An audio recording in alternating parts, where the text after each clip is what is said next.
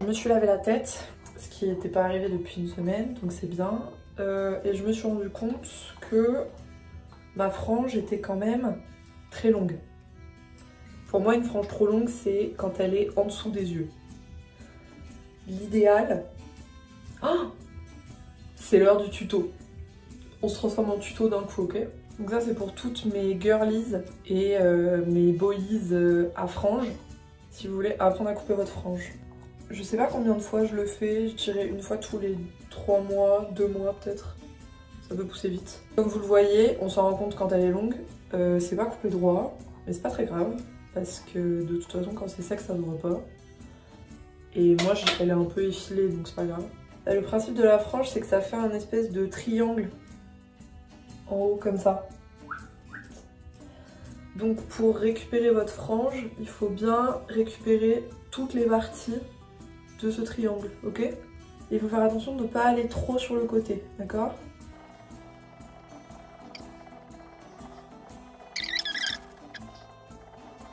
Là, c'est l'étape la plus longue, de bien récupérer tous ces bouts de frange. Bon, là, de toute façon, j'ai la flemme de faire plus, donc on va dire que c'est ça. Oh, j'ai pris un coup de soleil ou quoi? Oh, oh, j'ai pris un coup de soleil. Bon, ensuite, vous la mettez comme ça.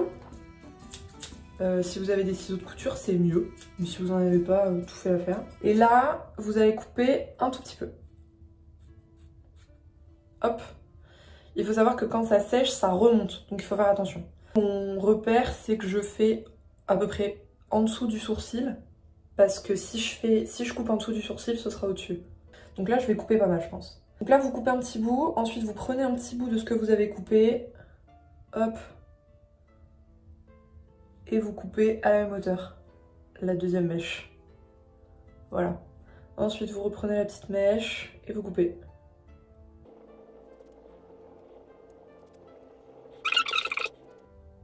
Oh, oh là là. Alors là, j'ai coupé très court là. Bon.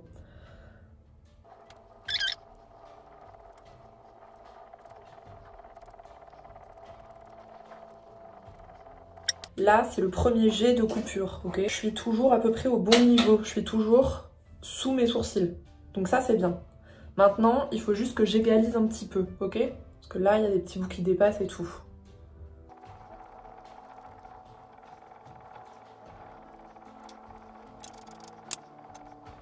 Quand vous avez l'impression que c'est pas trop mal, vous secouez un peu. Moi, ma frange, elle se place plutôt normalement, enfin plutôt naturellement.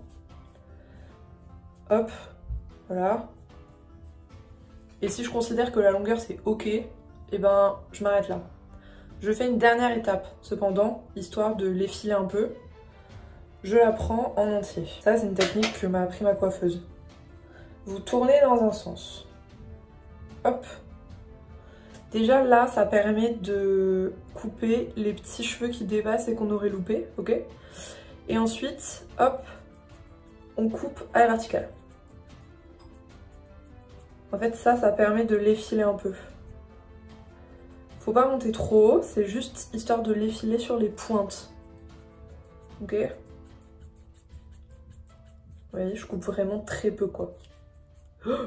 Ouais, j'ai coupé beaucoup là. Voilà, et vu qu'on l'a fait dans un sens, il faut absolument le faire dans l'autre sens, sinon ce sera pas égal, ok?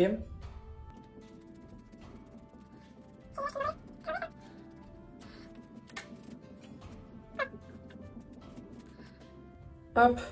Et là, en fait, moi, ma frange, de toute façon, elle sèche très vite. Donc, ça me permet de faire des toutes petites retouches. Hop. Voilà. Et voilà. Et vous voyez ce que je vous avais dit, j'ai coupé au niveau enfin, j'ai coupé en dessous des sourcils. Et là, quand ce sera totalement sec, ce sera au-dessus. Moi, je la coupe plutôt courte, enfin au-dessus des sourcils, parce que ça repousse vite. Voilà. Et voilà. C'est pas mal, non? Quand mes cheveux seront bien secs. Voilà. C'était le tuto. Même si c'est pas parfait, c'est pas très grave. Voilà.